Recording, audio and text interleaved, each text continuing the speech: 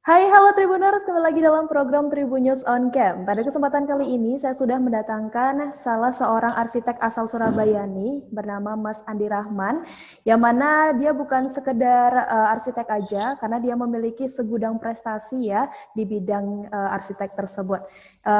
Dan perlu diketahui juga, beliau ini adalah pemilik Biro Arsitek Andi Rahman di Sidoarjo. Kita sudah terhubung dengan Mas Andi, langsung saja kita sapa. Hai Mas Andi. Hai Mbak Ruth. Gimana kabarnya, Mas? Alhamdulillah baik, sehat. Alhamdulillah. Mau tanya nih, Mas, dari sudut pandang Mas Andi sendiri nih, sebagai orang arsitek, apa sih, Mas, pentingnya desain rumah untuk tempat tinggal? Ya, jadi eh, sebenarnya arsitek itu membantu masyarakat ya, yang ingin punya rumah tinggal untuk mendapatkan rumah tinggal yang nantinya itu akan meningkatkan kualitas hidup mereka. Gitu ya. Jadi kualitas hidup ini seluruh aspek ya, mulai dari kesehatan, kenyamanan, kebahagiaan, dan sebagainya gitu ya. Sehingga sebenarnya merancang rumah tinggal tidak hanya sekedar membuat rumah, tapi yang paling penting adalah kita membuat klien kita nanti kualitas hidupnya akan meningkat setelah rumah yang kita desain itu ditinggali gitu ya. Jadi setelah ditempati pun itu arsitek masih berhubungan terus sama klien.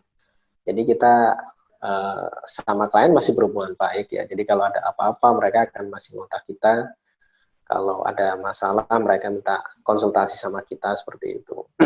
Karena memang eh, mereka yang meninggal di tempat atau rumah tersebut dan itu kan tahunan ya, bertahun-tahun. Jadi eh, sebenarnya eh, kalau banyak masyarakat memandang bahwa fee arsitek itu mahal, sebenarnya kalau dikembalikan pada persentase biaya pembangunan rumah itu adalah investasi yang sangat kecil sebenarnya fee arsitek, karena fee arsitek itu kisaran antara 3% sampai 5% ya, sampai pengawasan kadang 8% dari nilai proyek gitu ya. Itu investasi yang sangat kecil dibanding dengan apa yang akan mereka peroleh ketika rumahnya terbangun, mereka tinggal di rumah itu selama puluhan tahun gitu ya. Jadi sebenarnya seperti itu. uh, Arsitek membantu merencanakan sebuah rumah itu dengan perencanaan yang matang. Jadi benar-benar dipikirkan karakter penghuni, jumlah penghuni, kemudian arah hadap rumah, kemudian kaitannya sama lingkungan, konteks lingkungan, kemudian budgetnya klien punya berapa, kita akan menyesuaikan.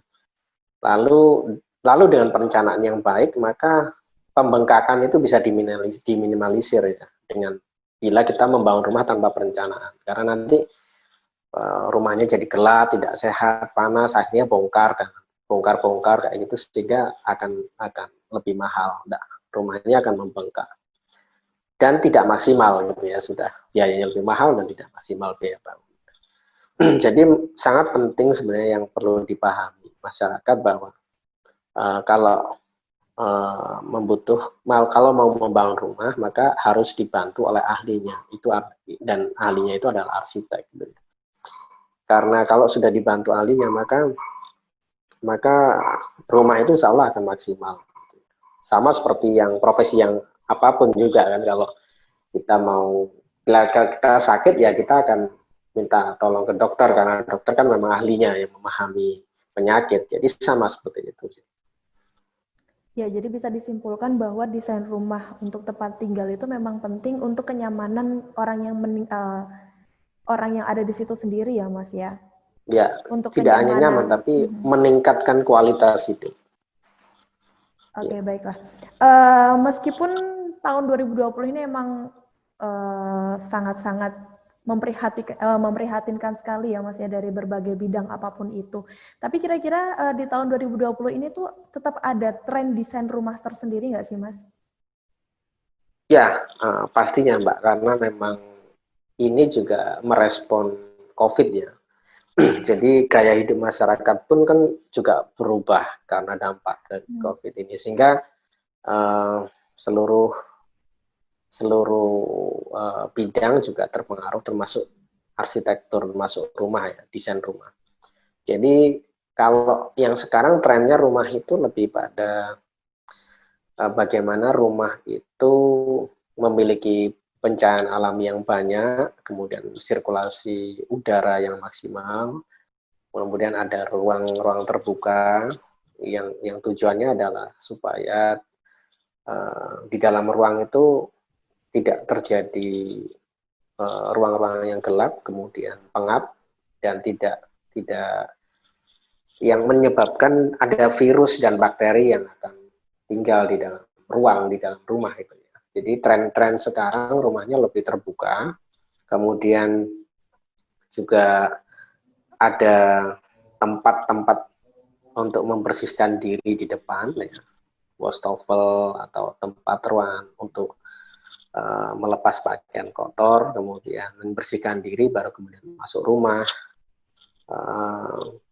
Lalu juga cenderung desain rumah yang lebih low maintenance dan low budget ya, karena memang kondisi masyarakat sedang berhemat gitu ya. Jadi bagaimana membuat rumah dengan konsep low budget dan low maintenance itu akan menjadi tren di tahun ini dan beberapa tahun ke depan. Jadi memang tren desain rumah tahun 2020 lebih ke kayak rumah yang sesuai dengan protokol kesehatan begitu ya Mas ya? Iya, iya. Harus ada wastafel di depan, lalu harus ada tempat banyak bukaan, iya, ruang terbuka ya.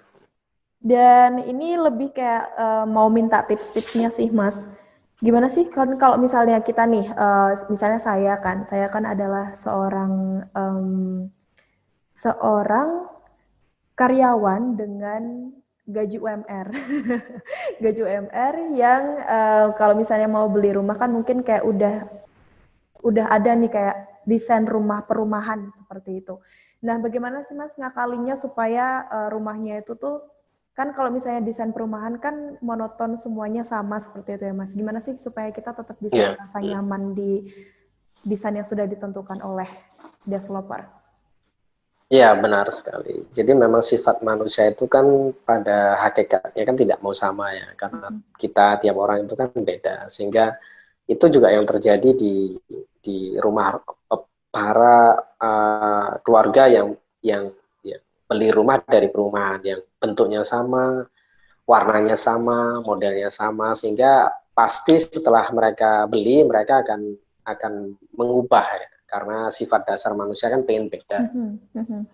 Cuman memang ada hal-hal yang perlu diperhatikan supaya dalam mengubah rumahnya itu tidak justru over budget dan tidak maksimal. Memang ya salah satu yang penting itu pagar dan carport ya. Jadi cuman yang paling penting adalah mendesain pagar dan carport itu harus sesuai dengan konsep rumahnya. Jadi kalau rumah minimalis maka desainnya sebisa mungkin konsepnya juga minimalis. Jadi yang terjadi di masyarakat banyak yang salah kaprah. Jadi ketika rumahnya minimalis dia membuat pagar dan kanopi carport model klasik kayak gitu ya. Jadi nggak pas, sehingga nggak match ya. Jadi konsep rumahnya yang sebenarnya tanpa pagar dan carport tadi sudah bagus, tapi karena ditambah carport dan pagar yang konsepnya berbeda sama desain rumahnya, maka justru membuat rumahnya jadi jelek gitu ya Kak. Itu jadi sebisa mungkin disesuaikan dengan konsep rumahnya. Kemudian taman sebaiknya tetap dipertahankan, jadi jangan ditutup. Jadi masyarakat juga banyak yang salah dengan menutup seluruh halaman depannya dengan kanopi gitu ya, yang harapan mereka itu lebih luas, kemudian kalau hujan mereka bisa memanfaatkan ruang itu, tapi sebenarnya justru itu yang kurang tepat, karena bagaimanapun juga kita perlu ruang terbuka hijau di depan rumah, sehingga rumah itu tidak panas, ada view untuk refreshing, kita lebih segar karena ada pohon-pohon, ada tanaman, dan memang secara peraturan sebenarnya tidak boleh, jadi depan itu tidak bisa dibangun secara permanen gitu ya, karena memang supaya rumah juga kelihatan bagus kalau dilihat dari jalan.